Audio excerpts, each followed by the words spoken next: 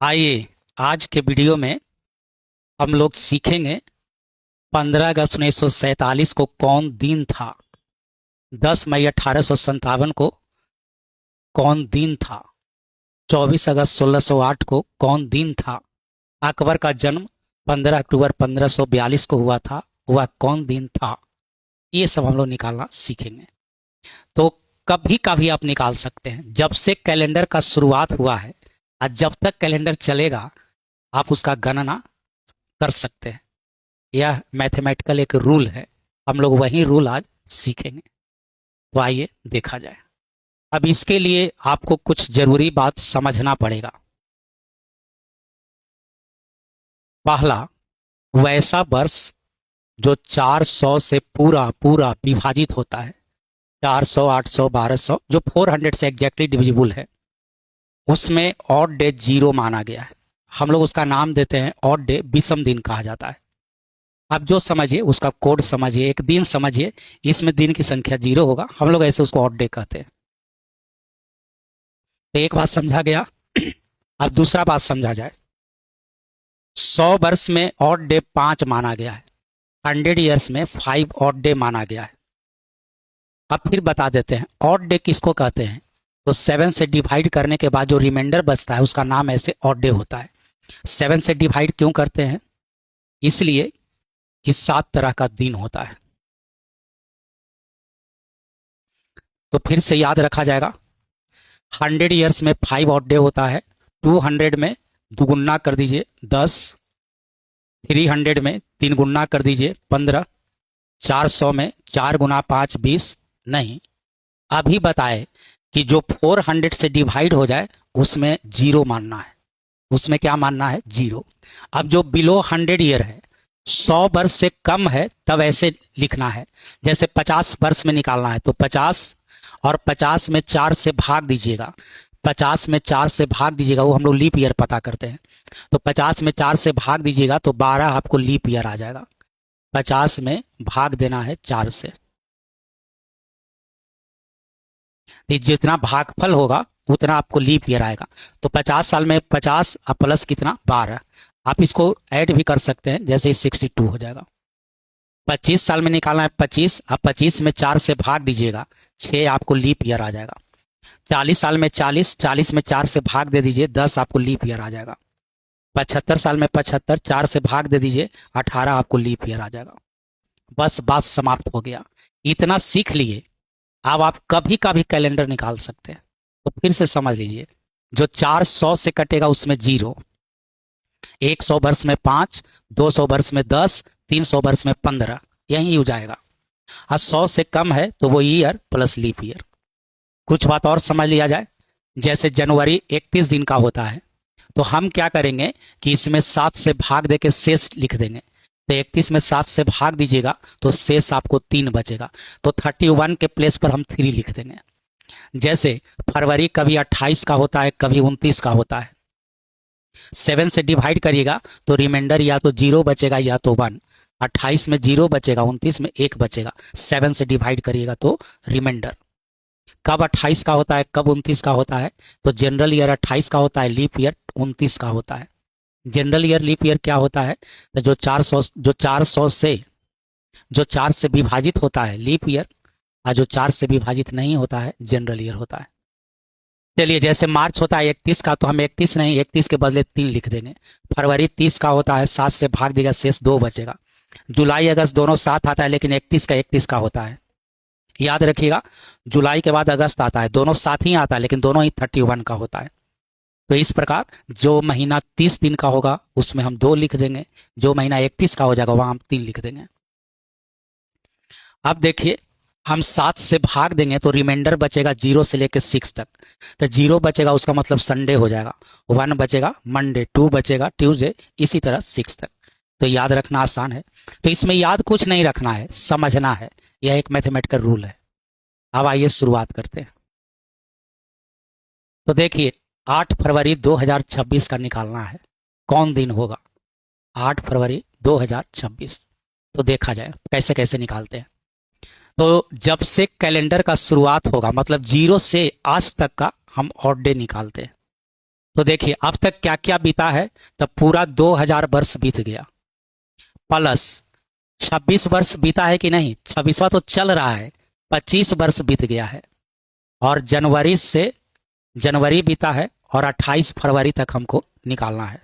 तो देखिए जो 400 से कट जाए उसमें ऑड डे क्या होता है, 0, हम आपको अभी बताए।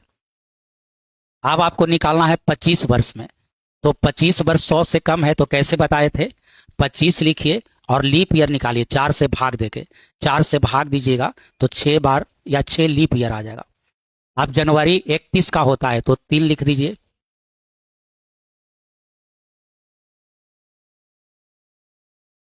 यहां पर 8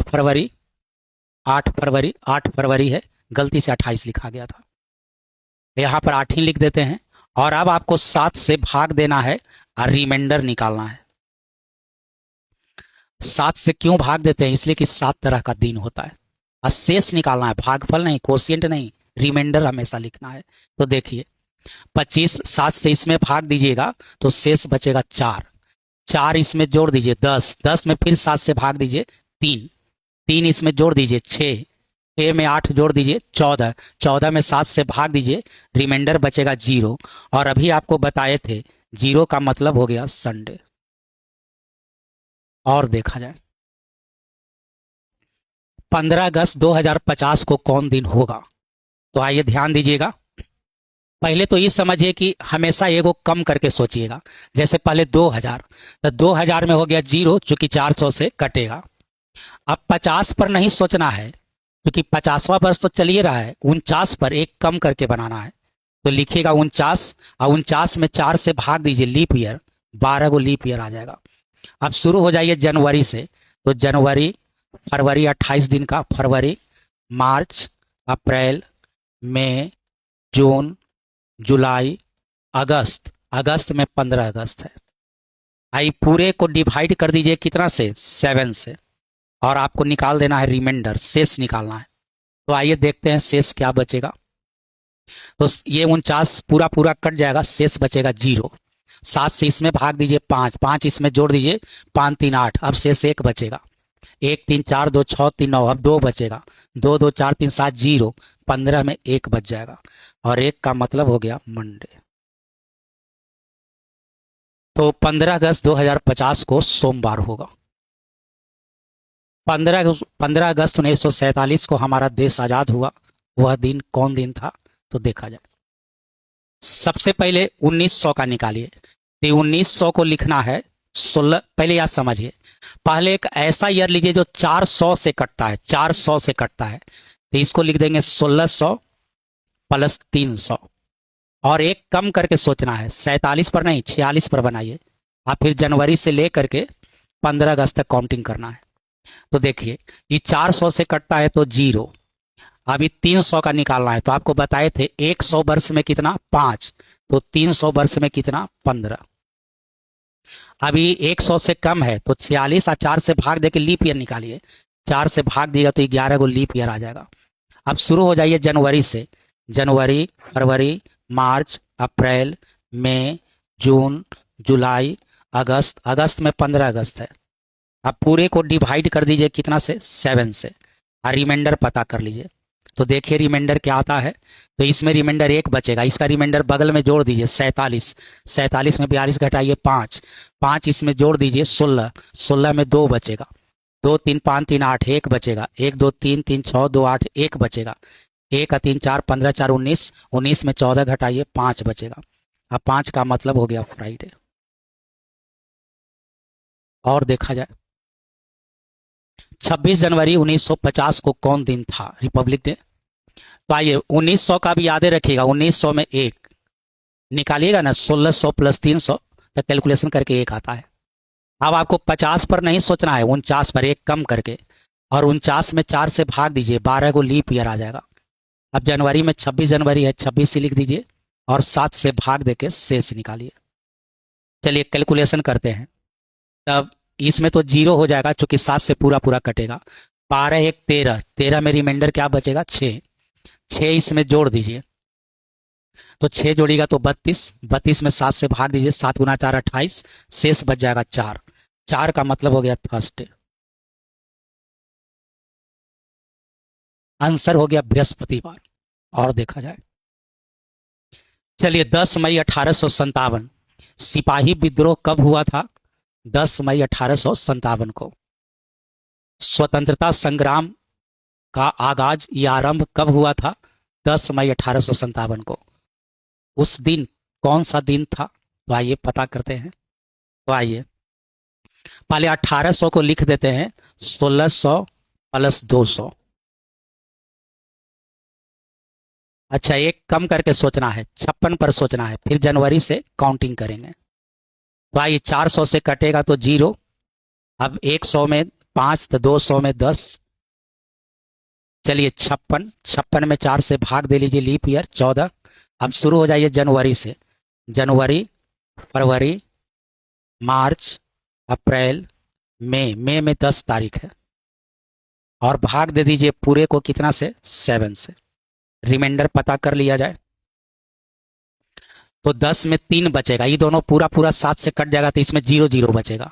तो 3 3 6 3 9 2 बच गया, 2 2 4 10 14। 14 में 0 बचेगा और 0 का मतलब हो गया संडे। तो वह दिन रविवार था। चलिए 24 अगस्त 1608 का निकालते हैं। अंग्रेज सर्वप्रथम 24 अगस्त 1608 को भारत में आए थे। तो आइए 1600 में कितना? 0। अब एक कम करके सोचना है तो 7 साल में लीप ईयर एक बार आएगा। अब फिर शुरू हो जाइए जनवरी से। तो जनवरी, फरवरी। अब 1608 जो है लीप ईयर है, चूंकि 4 से कटता है तो उसमें फरवरी 29 दिन का होगा, तो उसमें 1 ले लीजिएगा। उसके बाद आइए जनवरी, फरवरी, मार्च, अप्रैल, मई, जून, जुलाई, अगस्त। अगस्त में 24 अगस्त है। अब आपको क्या करना है? 7 से भाग दे देना है, रिमाइंडर पता कर लेना है। तो आइए, ये 7 तो कट गया। 1 3 4 1 5 3 8 8 में 1 1 2 3 3 6 2 8 में 1 1 3 4 24 4 28। रिमाइंडर होगा 0, यानी 0 का मतलब हो गया संडे। और आंसर हो गया संडे। चलिए, बात अच्छा लगा हो तो वीडियो को लाइक भी कर देना है और शेयर कर देते हैं, तब तो और अच्छा लगता है। चलिए, बहुत बहुत धन्यवाद।